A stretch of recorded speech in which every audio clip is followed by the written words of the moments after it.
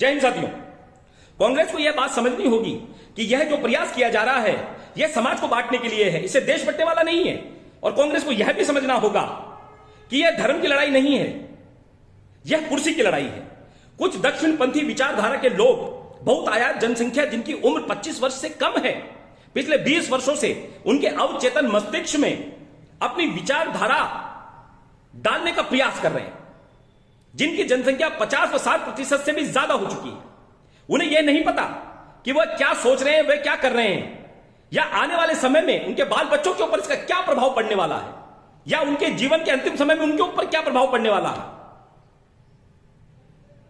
अंग्रेजों से बहुत से देशभक्तों ने लड़ाई लड़ी, सब अपनी विचारधारा के अनुसार लड़े, चाहे वह पंडित चंद्रशेखर आजाद हो, शहीद आजम भगत सिंह, सुखदेव, राजगुरु, बटुकेश्वर दत्त, अशफाक उल्लाह खां, रामप्रसाद बिस्मिल, लाला लाजपत राय, या महात्मा गांधी, पंडित नेहरू।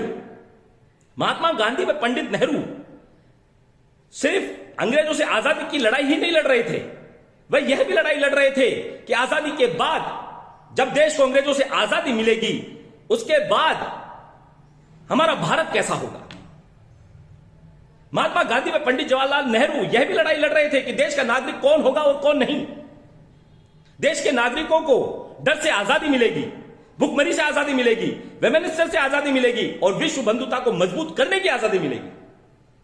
उन्होंने कल्पना की कि अगर किसी पड़ोसी को तकलीफ होती है तो उसके इर्द गिर्द रहने वाले सभी घरों में किसी पड़ोसी की तकलीफ का दर्द वह दिल से महसूस होना चाहिए। अगर देश के समाज को बंटने नहीं देना है तो इसकी जिम्मेदारी कांग्रेस की है। महात्मा गांधी व पंडित जवाहरलाल नेहरू ने अपना जीवन सिर्फ देश को आजाद कराने के लिए समर्पित नहीं किया। उनका उद्देश्य था भुखमरी से आजादी, धार्मिक व्यवस्था से आजादी, भेदभाव से आजादी, बेरोजगारी से आजादी, धार्मिक कट्टरवाद से आजादी, वह देश के नागरिकों को बिना डरे जीने की आजादी थी।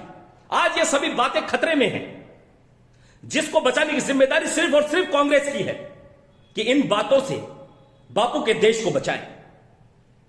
कांग्रेस पार्टी में आज भी कुछ लोग ऐसे बचे हैं जो महात्मा गांधी व पंडित जवाहरलाल नेहरू के सिद्धांतों और उनके विचारों को समझते हैं।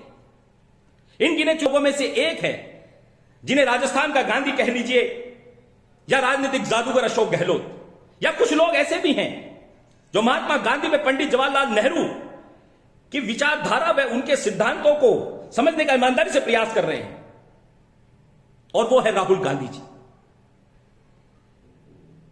वैसे गांधीवादी विचारों के लोग और भी हैं और वो चाहते भी हैं, किंतु उनके पास साधन नहीं है, साध्य नहीं है। अगर गहनता से अवलोकन किया जाए तो देश के समाज को बचाने की जिम्मेदारी अगर किसी की बनती है तो वो सिर्फ और सिर्फ अशोक गहलोत जी की। राहुल गांधी जी से भी ज्यादा जिम्मेदारी उनकी बनती है, क्योंकि वो अनुभवी हैं, उनके पास साधन है, साध्य है, और देश के प्रति भी हैं और उनके अपने प्रति भी हैं कि उन्हें दुनिया से जाने के बाद लोग याद रखें कि जो काम आजादी के समय महात्मा गांधी व पंडित जवाहरलाल नेहरू ने किया, वही काम आजादी के 75 वर्ष के बाद अशोक गहलोत जी ने किया। और आज समाज एक है। अशोक गहलोत जी को तुरंत इस पर संज्ञान लेकर उचित प्रयास करना चाहिए, क्योंकि देश हित में यह उनकी जिम्मेदारी बनती है। जय हिंद।